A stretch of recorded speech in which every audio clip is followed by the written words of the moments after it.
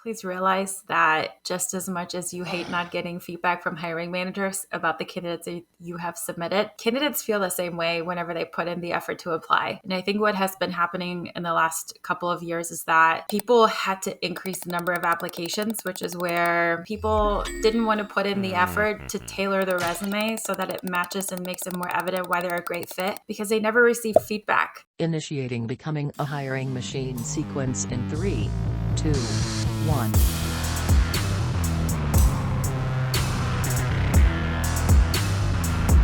Hey everyone, it's Sam Keenley, and welcome back to Becoming a Hiring Machine. This is the show dedicated to fixing recruitment by going beyond saying what needs to change and instead teaches you how to make that change. Today, we have a great Tactical Tuesday ahead of us. Before we get into that, I just want to tell you a little bit about the show. Essentially, we have shows within the show. Some days we have interviews with industry thought leaders and others who are shaking up the space, while other days we cover trending topics, items that recruiters are talking about or will be very soon and what those mean for them. Every Tuesday, like today, come by for a Tactical Tuesday episode where we go deep on how to do something that you'll be able to start doing to drive better results in your day-to-day. Oftentimes, we'll open it up for Q&A. Listeners can drop in questions that they'd like to hear us take on, so send those to us at podcast@loxo.co. And occasionally hear a mic drop episode from Matt, where he shares something that he's been thinking about within the recruitment space and wants you to know. All right, today's Tactical Tuesday. We've all been rejected at some point. No one likes being rejected, especially when it's a cold, vague rejection email that's something like, "Dear candidate, thanks for applying with company name. We have decided to move forward with a different candidate for job position. We wish you the best of luck in your job search. Regards, VP of HR." That's what 99% of the market does. But there is about a 1% that is taking a much smarter approach. And what it's doing is it's turning this normally unpleasant experience into something that's much better received for both the applicant, for the recruiter, and even the hiring organization. How? By simply humanizing it. And you can do this both in mass, you can do it for late stage individual rejections, and the result often ends up looking something like passed over candidates who feel seen, and they even go on to champion you or the hiring company and refer other candidates in. So if you're ready to change this normally dreaded step in the process, we have Vivien joining us to talk about how you can start to improve these today. Vivien, welcome back. Thanks for having me. Yeah. All right. So before the call, you were sharing this perfect analogy to rejection emails that are provided without any information as to why they were rejected. So let's start with that. Tell me a little bit about that analogy.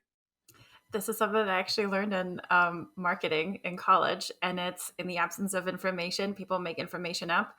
And the best example is airports and flight delays. I have heard the craziest unfounded conspiracy theories at airports coming up with like, oh yeah, like the wheel fell off in like Chicago, which is like 2 stops before that. Or like the weather was weird. They were supposed to fly over this way, but then they flew this way. And I'm like, there's no way that you know any of this. And the airline is never going to tell you this just because they don't want to like deal with refunds, complaints, and they are always going to try and blame it on like something that is out of their control so that they can get away with stuff. And kind of when we were prepping for this episode, this really popped into my head because LinkedIn is kind of riddled with like a mix of like people saying, I'm so frustrated. I applied to all of these roles. I never like hear back from them. And mainly people aren't hearing back just because they're getting rejected, but they're just not finding out about that rejection.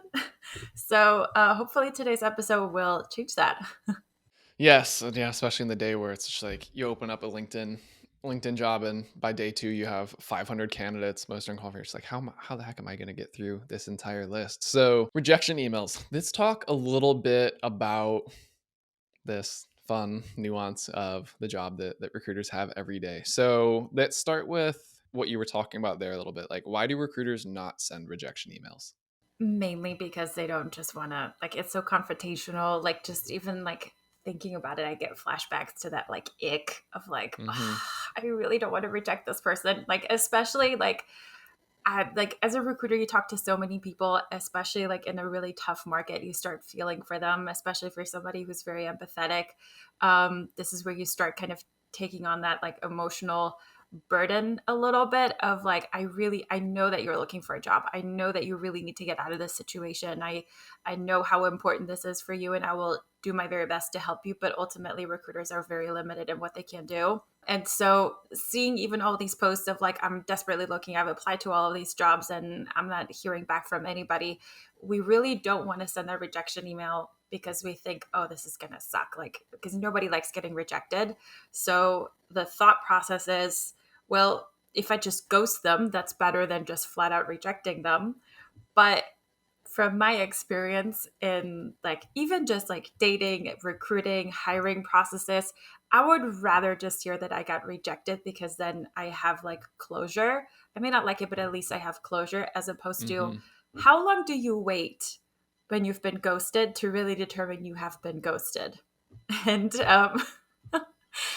and this is where it gets really tricky. And this is where like having some good templates and kind of empathizing a little bit and saying, hey, I totally understand this is a tough process. Unfortunately, we won't be moving forward with you. We do appreciate the time that you took to apply to this position and things like that. So there are some ways to kind of make this a little bit more human, a little bit easier on recruiters, but that's why recruiters just don't reject people. Yeah, that confrontation, the attachment, it's definitely hard. And I know sometimes something that you often always say is just like, you never heard back from the actual hiring manager, the decision maker. So you're stuck in this awkward limbo where it's like, what do I do? Because I can't make that decision, but they haven't made it yet. So yeah, you also have that awkward in between. So you referenced templates, and that's something that we're going to get into in a little bit as we think about like how to send rejection emails. But one thing that you brought up that I really liked earlier when we were brainstorming on this was the concept of not it's not all rejection emails are equal, but you should be tailoring rejection emails based on the stage that the candidate was rejected, and that's going to inform, how you should make it. So before we get into those, what are some just general guidelines, best practices that you often would share with when you're starting to think about how to send rejection emails? Make it empathetic. That's kind of what takes the edge off. Make it a little bit human. It always comes down to communication and that personal touch of saying, hey, I know this is super frustrating. I know that you're looking and things like that. But it's not a perfect process. And sometimes you're just not going to be a good fit, even though you have all the right things, it just might not be quite right or whatever it is. So just having a little bit of empathy, really tailoring it, and also kind of adding value to ease the sting a little bit, because sometimes, so for example, if it's like during the application stage and you're reviewing applications, you're like, I have no idea why this person even applied. Like, I don't see how this is a match. Simply like saying, hey, thanks for applying. I don't know how this fits together. Let me know if I missed anything. That way the person can see, okay, maybe I hit the apply button on accident, or or they end up just kind of realizing, you know what, maybe my resume isn't worded correctly, and they can kind of rethink things. Because oftentimes as a recruiter, you really don't have the time to really go out there and help people fix their resumes for every single applicant that you get. That's why there's a whole industry for resume consultations out there. Highly recommend taking advantage of it, or check out ChatGPT, also a very helpful assistant there. Um, and obviously, like as a recruiter, kind of create some templates to make this easier on you, so that way you can just pick and choose a template and you don't have to start from scratch. Having to start a rejection email from scratch is always really like dreadful, and I procrastinate on it. But if I at least have like a starting point and I just need to adjust the name, maybe the particular rejection reason, add the position, the company, and all that kind of stuff, that makes it a little bit easier, and that kind of takes the edge off as well. Yes, perfect. Okay, so getting into some of these, you've bucketed these into, we'll call it like three bigger stages, and then there's subcategories within it. So what are the three kind of stages that you would say candidates often would be rejected in? First one is when they apply, and this is when the recruiter reviews it. This is the first stage of rejection. You essentially have to get past the recruiter before you can get passed on to the hiring manager. And the second rejection stage is the hiring manager, who then reviews the resume and says, actually, not quite, for one reason or another. So that's the second stage. And the third stage is after you have already interviewed with the hiring manager or the hiring team, whether that is the initial interview with them, or you have gone through rounds and it was in the final stages, or you even completed the final interview. So those are the top three rejection reason stages. Okay. And so let's start with that first one. So, the recruiter rejected by the recruiter. So, give me a few potential reasons why a recruiter might reject someone, and then let's use one of those to use an example rejection email that you might be sending. And we'll also link out some of these templates that you can grab from, pull, and like Vivien said earlier, tailor it, make it your own thing. But we'll definitely help here. Yeah. All right. So the top rejection reasons when a recruiter is reviewing an application is number one is experience and skills that are required for this particular position are nowhere to be found on the profile or the resume. Like it's a complete like why. So that's the main one. Another one is, and it's an unfortunate one, it's a lot of frequent job changes. The best way to kind of handle this is if you have a very jumpy history, kind of specify what happened. If it was layoffs or like shutdown or like pandemic or bankruptcy or lawsuit that the company ended up having to deal with. Hiring managers don't know that. They just see those shorter tenures. Same thing with recruiters. And unfortunately, that stigma is still there that if you have been jumpy, that you're going to continue to be jumpy. And then the last one is you kind of have the right skills, you kind of have the right experience. Like it's almost there, but not quite. So a great example could be that you have all of the technical skills and experiences, just not in the right industry. And the number one thing that they're prioritizing for this particular role, which they're probably not going to spell out on the job description, is that the industry experience is going to be more key than anything else because they're looking for somebody with that industry experience that they can bring to the table as opposed to the technical skills. So those are the top three. Should we dive into an example of a rejection email? Yeah, let's do one if you want to let us know like which bucket it would be, and then if you want to read through what you would use as that template. Yeah. I would go with what the requirements for the position are nowhere to be found on the resume. We will link the template, but in a nutshell, this is where I would typically send an email saying, hey, thanks so much for applying. Unfortunately, what I see on the resume doesn't quite match what the client is looking for.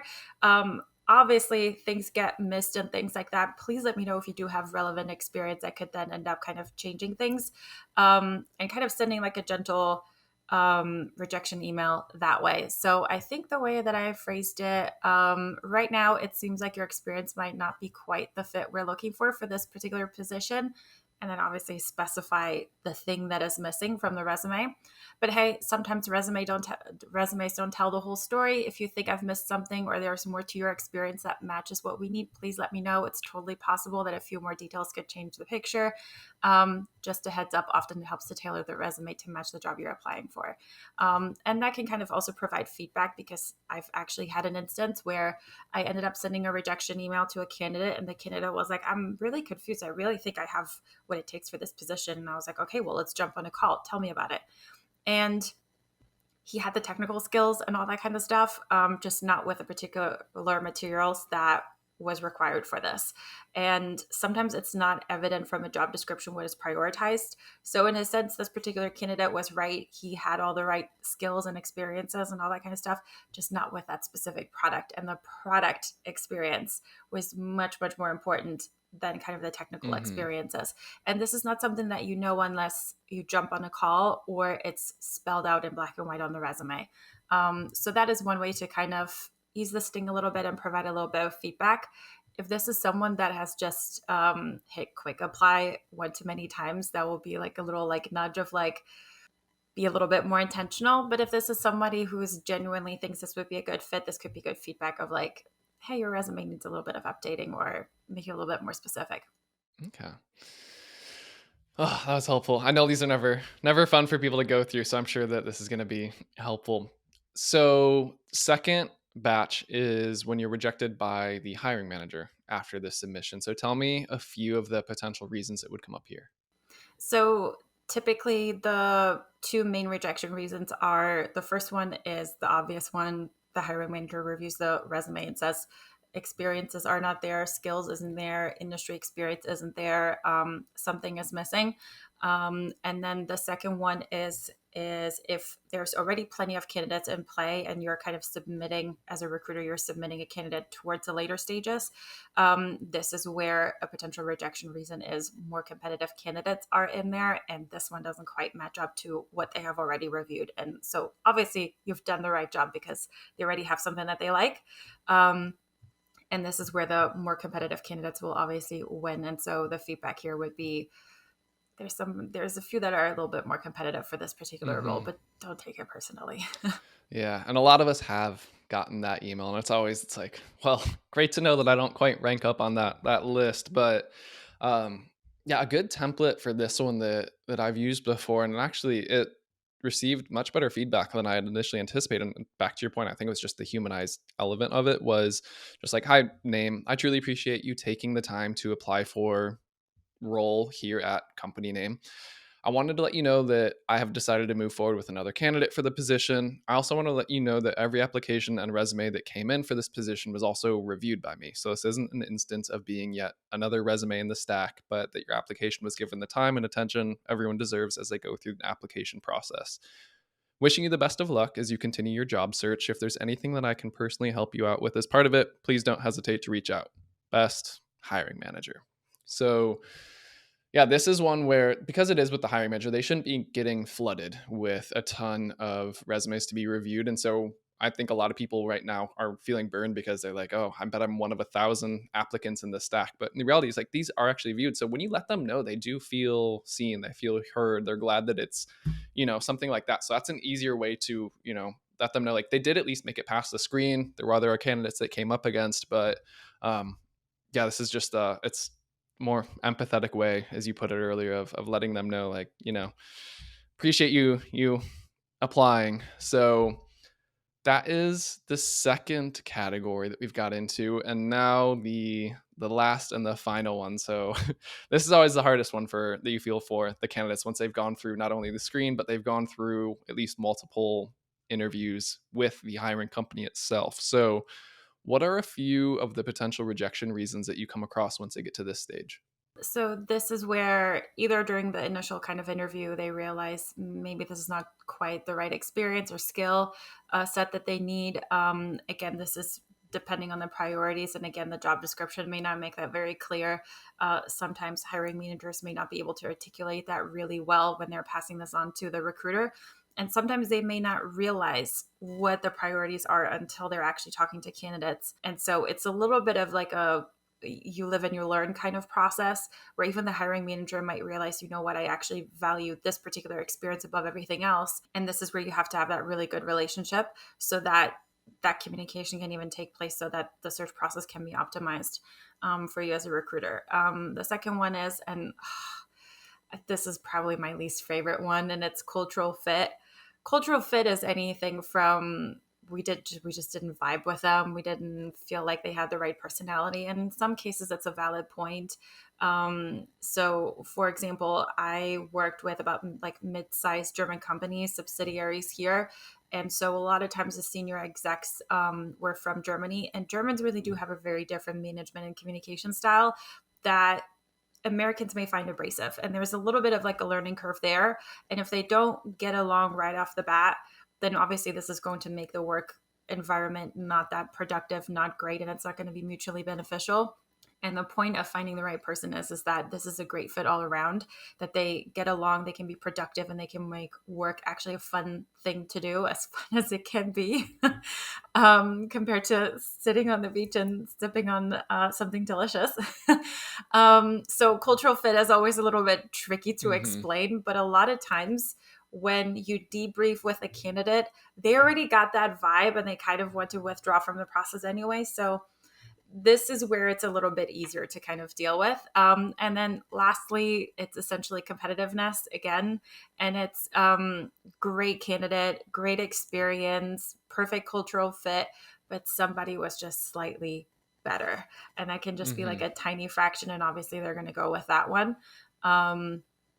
So this is the stage where I would typically recommend that the rejection happens via the phone call, because ideally as a recruiter, you would have a couple of other similar roles that you can pitch to them, or you might have something coming down the pipeline because this is your specialization, right? If it's not, and this is a really good candidate that you really like, you can use that as an opportunity to say, hey, I know this one didn't work out, but I would love to see if we can find something else for you, and use them as a most placeable candidate for like business development purposes. And then this is kind of where like have that conversation, figure out how can you help them make the most out of this and take out the sting and kind of help them see that this really isn't personal.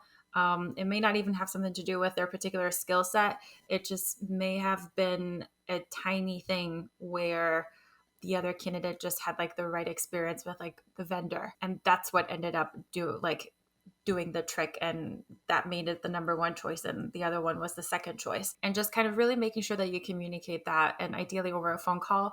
But if you're really dreading the phone call, we'll give you a couple of templates you can use. Yes, yes, and that's great advice. And that's, as you say, it's like you don't want to burn bridges, especially if you're at the late stage. You want to be able to keep this candidate that you can use later, or even if you, I'm sure most recruiters, like we said, they're sending the generic rejection email. So when they work with you and they feel like, oh man, Vivien really cared about me. She helped me. She told me. She coached me. They're going to recommend their peers, other companies that they'll work at in the future with you. So that's, again, how you can turn what's normally a pretty unpleasant experience into something that the long tail of it will be much more ideal for all parties involved. So any other last minute little additions as we wrap up on this episode? I think the big thing is for recruiters, please realize that just as much as you hate not getting feedback from hiring managers about the candidates that you have submitted, candidates feel the same way whenever they put in the effort to apply. And I think what has been happening in the last couple of years is that people had to increase the number of applications, which is where I don't want to say that people got sloppy, but people didn't want to put in the effort to tailor their resume so that it matches and makes it more evident why they're a great fit, because they never received feedback.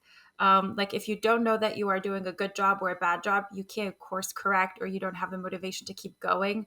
It's just, if I don't hear anything ever, why bother trying? And this is why it becomes such an emotionally draining process to look for a job. And as a recruiter, the simplest template, you create it once, you adjust it a couple of times, and you send it over, that can make a world of difference.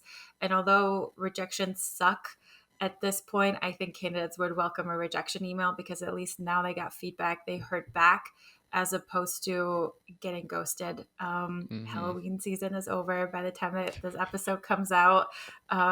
Christmas is right around the corner. Giving season. Yeah.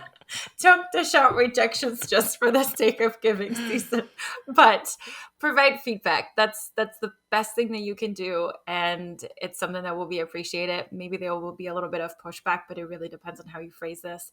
If you say, hey, it seems like there's like a mismatch of what they're looking for and what I'm seeing on your resume, let me know if I'm missing something. And this is especially key for rookie recruiters or recruiters that are getting into a new specialization, because sometimes it may be obvious on the resume to somebody who's in that particular industry, but to you, it just may be going straight over your head, which is perfectly fine. But this is where kind of inviting that conversation, kind of inviting the candidate to course correct and say, I actually really do have this experience. Let me break this down for you. This is where it can be helpful. And then maybe when we get to that point where feedback becomes the norm again, including rejection emails, people will start tailoring their resumes again. Fingers crossed. Fingers crossed. All right, Vivien. Well, thank you, as always, for taking the time to come and join us for this show. Your knowledge is always invaluable, and hopefully it's going to inspire some recruiters to start, rethinking how they approach these rejection emails. So as we wrap, Becoming a Hiring Machine is a production of Loxo. You can find all of the show notes in the description of your favorite podcast streaming platform, as well as on our website, loxo.co/podcast. We do have full video episodes available on YouTube as well, if that's your preferred viewing, listening medium. And if you have any specific questions, you're looking for advice, send those over to us, podcast@loxo.co. So, all right, everyone, that's the show. Another incredible Tactical Tuesday with Vivien. Until next time. Hi, everyone.